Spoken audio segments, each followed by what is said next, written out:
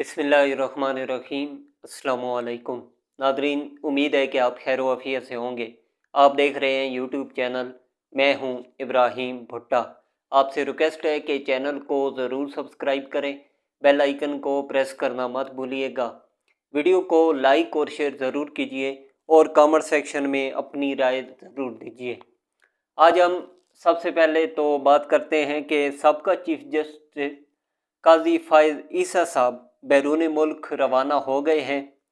سابقہ chief justice صاحب اور ان کی اہلیہ کے ہمراہ وہ روانہ ہوئے۔ ان کے ساتھ معمول کا پروٹوکول اسٹاف تھا۔ قاضی فائز عیسیٰ صاحب ترکش ایئر لائن سے استنبول روانہ ہوئے۔ قاضی فائز عیسیٰ صاحب اپنی مدت ملازمت مکمل ہونے پر گزشتہ روز اپنے منصب سے سبکدوش ہو گئے تھے۔ قاضی صاحب ترکش ایئر لائن کی پرواز TK 711 پر استنبول روانہ ہوئے اور وہ نارمل انٹرنیشنل لاؤنج کے ذریعے طیارے میں سوار ہوئے۔ اس کے بعد شیر افضل مروت صاحب 2 مقدمات سے بری ہو گئے ہیں۔ ڈسٹرکٹ اینڈ سیشن کورٹ اسلام آباد نے پاکستان تحریک انصاف کے رہنما اور رکن قومی اسمبلی شیر افضل مروت صاحب کو 2 مقدمات سے بری کر دیا۔ ڈسٹرکٹ اینڈ سیشن کورٹس میں PTI رہنماؤں کے خلاف دفعہ 144 کی خلاف ورزی کے کیسز کی سماعت ہوئی۔ کیسز کی سماعت محمد عباس شاہ صاحب سینئر سول جج نے کی۔ دونوں مقدمات میں نامزد دیگر ملزمان عدالت پیش نہیں ہوئے، تاہم شیر افضل مروت صاحب پیش ہوئے۔ عدالت نے شیر افضل مروت صاحب کو دونوں مقدمات سے بری کر دیا، جبکہ باقی ملزمان کی حد تک کیسز کی سماعت 11 نومبر تک ملتوی کر دی۔ ملزمان کے خلاف تھانہ کوثر میں مقدمات درج ہیں۔ اس کے بعد عمران خان صاحب کی بہنیں علیمہ خان صاحبہ اور عظمیٰ خان صاحبہ رہا ہو گئی ہیں۔ پاکستان تحریک انصاف کے بانی چیئرمین عمران خان صاحب کی بہنوں علیمہ خان صاحبہ اور عظمیٰ خان صاحبہ کو جیل سے رہا کر دیا گیا ہے۔ ڈسٹرکٹ جیل کے باہر PTI کارکنوں نے استقبال کیا۔ جیل کے باہر PTI کی خواتین اور مرد بڑی تعداد میں جمع تھے۔ علیمہ خان صاحبہ اور عظمیٰ خان صاحبہ کی فیملی کے لوگ بھی استقبال کے لیے پہنچ گئے تھے۔ علیمہ خان کا بیٹا شاہروز اور بہن نورین نیازی بھی جیل کے باہر موجود تھے۔ اسناد دہشت گردی عدالت اسلام آباد سے دونوں بہنوں کی ضمانتیں منظور ہوئی تھیں۔ دونوں روکاریں 9 گھنٹے گزرنے کے بعد جیل پہنچی تھیں۔ پولیس کی بھاری نفری جیل کے باہر سیکورٹی کے لیے موجود تھی۔ اس کے بعد بات کرتے ہیں کہ چیف جسٹس پاکستان یحییٰ افریدی صاحب نے تمام کمرہ عدالتوں میں لائیو سٹریمنگ سروس فراہم کرنے کا فیصلہ کیا ہے۔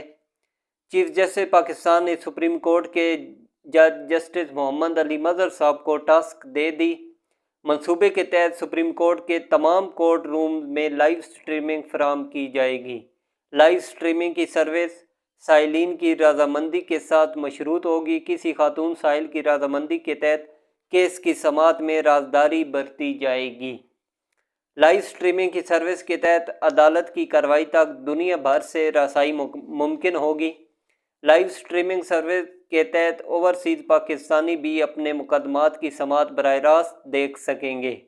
لائیو سٹریمنگ سروس کے لیے مطلوبہ کمروں سمیت دیگر آلات کی خریداری کا جائزہ لیا جا رہا ہے۔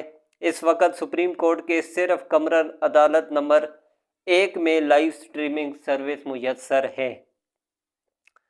اس کے بعد PTI کے رہنما اور رکن قومی اسمبلی ذہین قریشی صاحب نے پارٹی کی جانب سے شو کاز نوٹس ملنے پر ڈپٹی پارلیمانی لیڈر کے عہدے سے استعفیٰ دے دیا ہے۔ PTI نے 4 اراکین قومی اسمبلی کو 26ویں آئینی ترمیم کی منظوری کے دوران پارٹی قیادت کے ساتھ رابطے میں نہ رہنے پر شو کاز نوٹس جاری کیا تھا، جن میں vice chairman PTI Shah Mahmood Qureshi صاحب کے بیٹے ذہین قریشی، اسلم گھمن، مقداد علی خان اور ریاض فتحانہ شامل تھے۔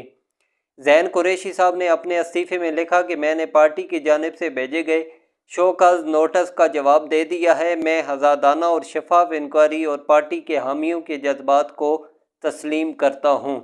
زین قریشی صاحب نے کہا کہ ڈپٹی پارلیمانی لیڈر کے عہدے سے استعفیٰ دے رہا ہوں۔ میں پارٹی اپنے لیڈر بانی پی ٹی آئی اور اپنے والد کا وفادار تھا، ہوں اور رہوں گا۔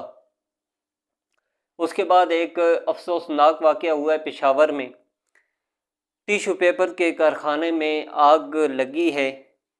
یہ واقعہ حیات آباد کے علاقے میں پیش آیا ہے اور ابھی تک 18 گھنٹے گزرنے کے بعد بھی ٹیشو پیپر کے کارخانے میں لگی آگ پر قابو نہیں پایا جا سکا۔ ریسکیو 1122 کی 20 گاڑیاں اور 100 سے زائد اہلکار آگ بجھانے میں مصروف ہیں۔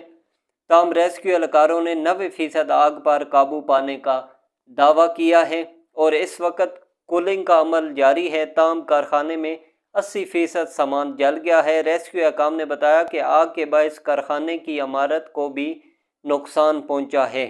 آپریشن میں زیادہ پانی استعمال سے بلڈنگ کی چھت بھی گر گئی، جبکہ آگ بجھانے میں ریسکیو 1122 کی 20 گاڑیاں حصہ لے رہی ہیں۔ ریسکیو 1122 کے 100 سے زائد اہلکار بھی آگ بجھانے کے عمل میں مصروف ہیں۔ کیمیکل کی وجہ سے آگ پر قابو پانے کے لیے فوم کا بھی استعمال کیا گیا۔ ترجمان ریسکیو کی جانب سے بتایا گیا کہ آگ پر قابو پانے میں 400 مردان ثوابی اور ضلع خیبر کی ٹیمیں حصہ لے رہی ہیں، جبکہ آگ بجھانے کے آپریشن کے دوران اب تک تقریباً 18 ریسکیو اہلکاروں کی حالت غیر ہوئی ہے، جنہیں طبی امداد فراہم کی گئی ہے اور اب ان کی حالت بہتر ہے۔ فیکٹری میں کام کرنے والے ملازمین کے اندازے کے مطابق اربوں کا نقصان ہوا، تاہم مجموعی نقصان کا تخمینہ رپورٹ مکمل ہونے کے بعد ہی سامنے آ سکے گا۔ اللہ پاک خیریت فرمائے۔ یہ جو آگ لگی ہے اللہ تعالیٰ اس کو جلد بجھانے کے اسباب پیدا فرمائے۔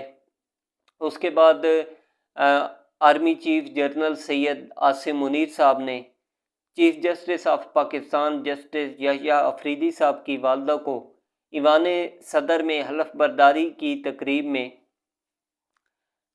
آرمی چیف صاحب احتراماً اپنی نشست سے اٹھ کر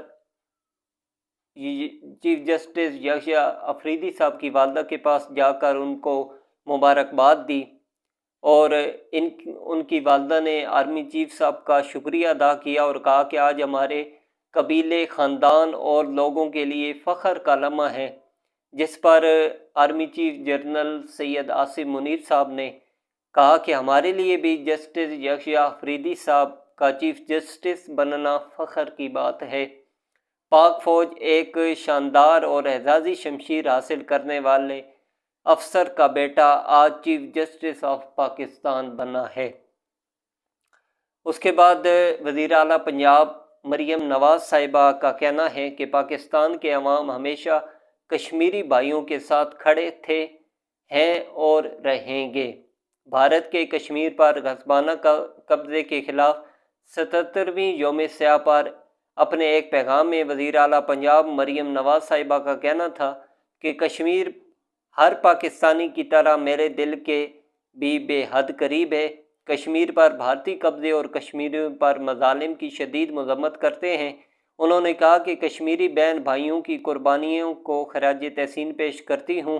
مریم نواز صاحبہ کا مزید کہنا تھا کہ عالمی سطح پر کشمیریوں کی آواز کو دنیا تک پہنچائیں گے اور مسئلہ کشمیر کے حل کے لیے ہر ممکن کوشش کریں گے۔ مریم نواز صاحبہ نے کہا کہ عالمی برادری سے اپیل ہے کہ کشمیریوں کے حقوق کے لیے اپنا کردار ادا کریں۔ کشمیر کا مستقبل روشن ہے، یقین ہے کشمیریوں کی قربانیاں ضرور لائیں گی۔ اگلی ویڈیو میں آپ سے دوبارہ ملاقات ہوگی۔ اللہ حافظ۔